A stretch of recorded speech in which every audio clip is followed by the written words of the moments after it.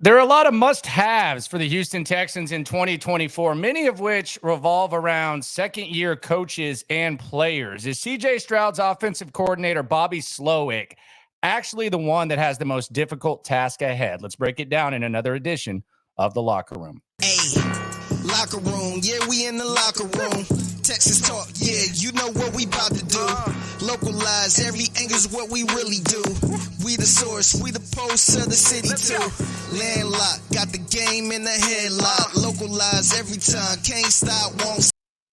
BobbySlowik, he's got a hell of a task ahead of him. He had a hell of a first year. He was almost a head coach after his first year calling plays. But in year two, is BobbySlowik's job more difficult than the other must-haves that center around second-year guys, specifically DeMeco Ryans, CJ Stroud, Slowik, and Will Anderson? I think you can make a case that Slowik has the most difficult task ahead. Let's hear from the man himself right here in the locker room. Here's BobbySlowik talking about year two compared to year one.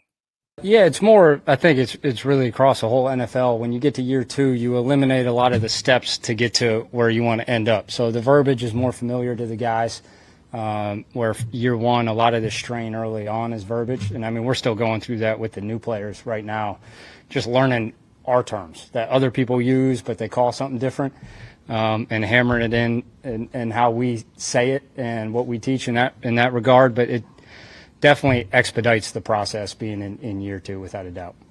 So he's talking about it almost as if, hey, this is an easier thing. This is a good thing. This is one of those things that can be something easier for a player. So from a player's perspective of learning the verbiage, you can make a case that the CJ Strouds, the Tank Dells, the Nico Collins, the guys that are in the second year, they're actually benefiting from the verbiage. Let's hear from Stroud talking about his year two. And I want you to tell me, of all the must-haves, do you think that BobbySlowik has the most difficult task ahead? I'm going to make a strong case for it. But first, let's hear from the man, really the straw that stirs the drink on that offense. Let's hear from CJ Stroud, who you just said who you just heard BobbySlowik say is probably going to have an easier time. Let's hear CJ Stroud talking about year two versus year one.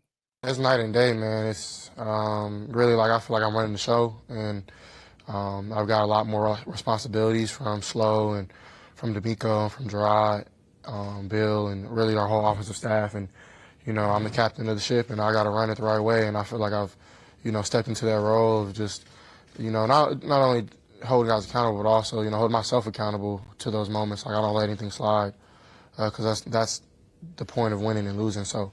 I think from last year to this year, like I've gotten a lot better with like controlling my emotions, controlling my ball placement, knowing what's NFL open, knowing my footwork better. Just really every little thing I've taken a step. And then on the other side of the ball, just everything slowed down, seeing coverage.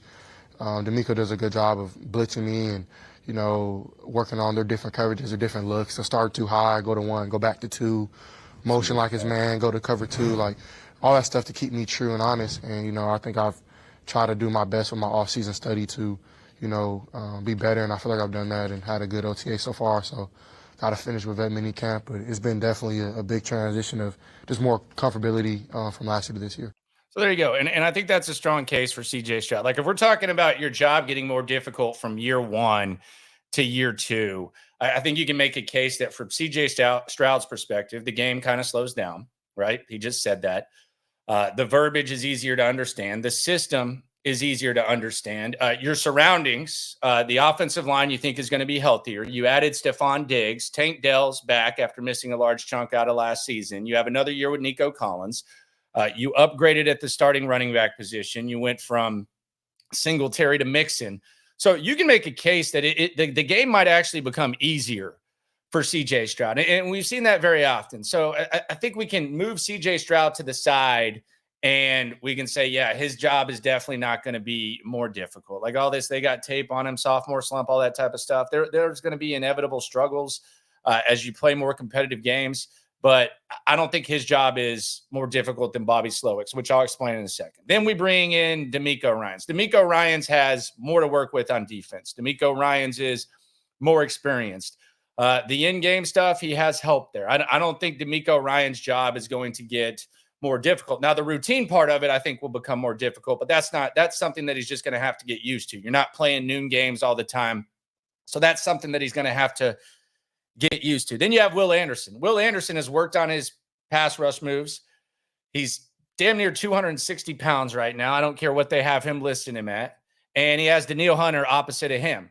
So those are the four horsemen when it comes to second-year guys. And no disrespect to Tank Dell. You can throw him in there as well. The verbiage. You just heard them talking about the verbiage.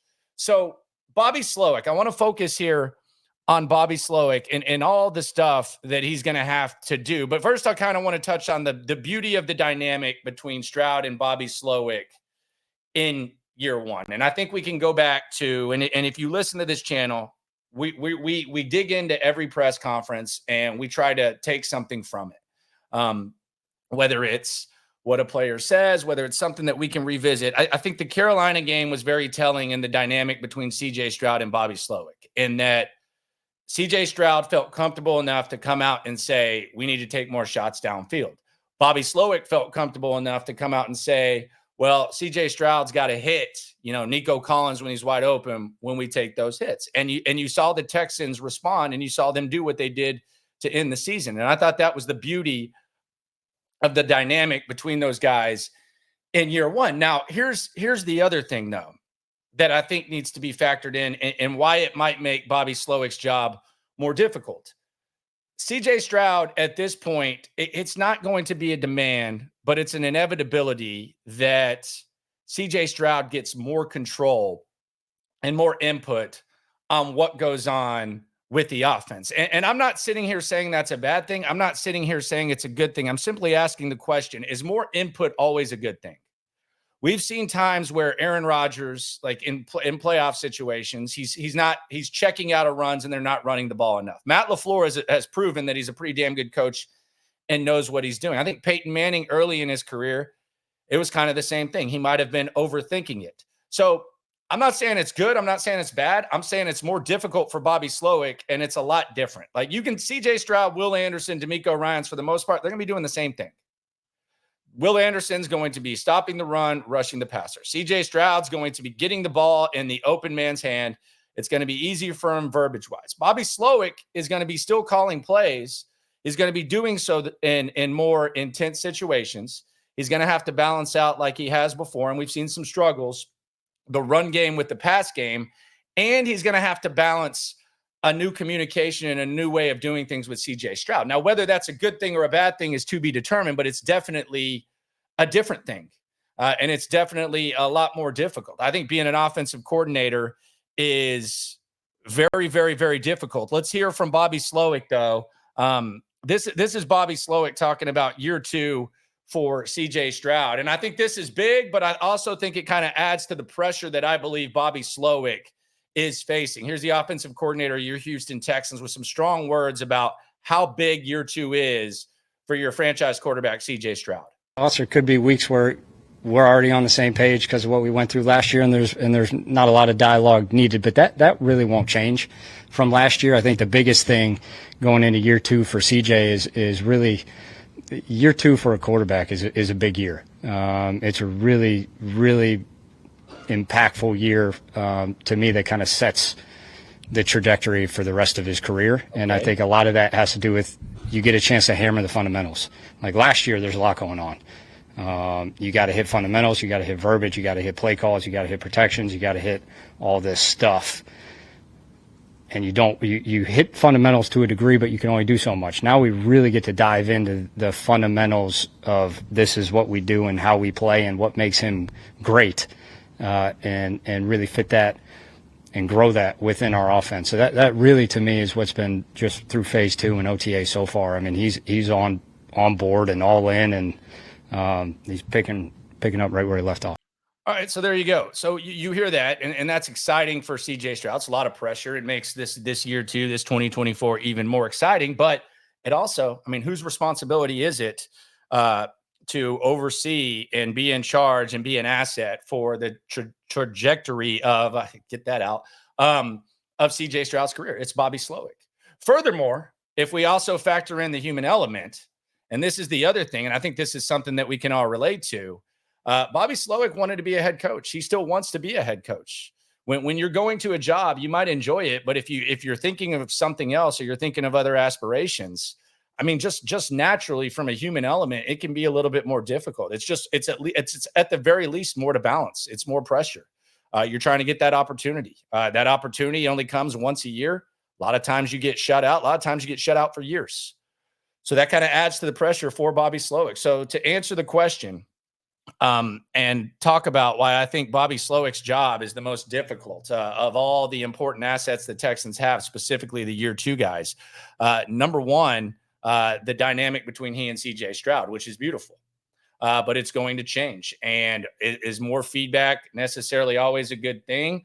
Are they going to be able to balance each other? Is there a little bit more of urgency, aggressiveness from the quarterback? Who knows? How do you balance that? How do you override each other in a healthy way? That's kind of something that they're going to have to get used to as the pressure kind of increases. You also have the more tough games. You have more tough games. It's more difficult. You're going to be in 4-minute offensive situations where you're going to have to decide on, 3rd and 2. Are you going to throw? Are you going to run? How are you going to handle that? Is CJ able to check out of those? You have that. You also have the human element, which is you're trying to get a head coaching job, a little bit more pressure. And, oh, by the way, some people would say Bobby Slowik's got to figure out how to feed all these wide receivers. I don't look at that as much of a problem as a lot of people do. Some do, though.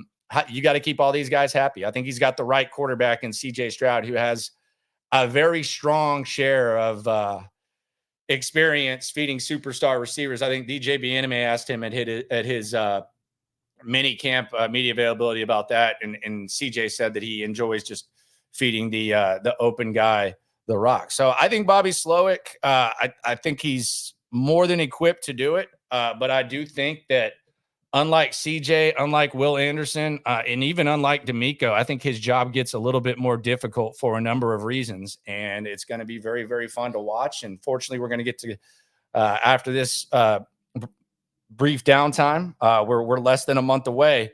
We're going to get to be at camp and see what's up with Bobby Slowik. Let me know what you think. Subscribe, like, ride along. Bobby Slowik, year 2. How does that make you feel? Thanks for coming inside the locker room.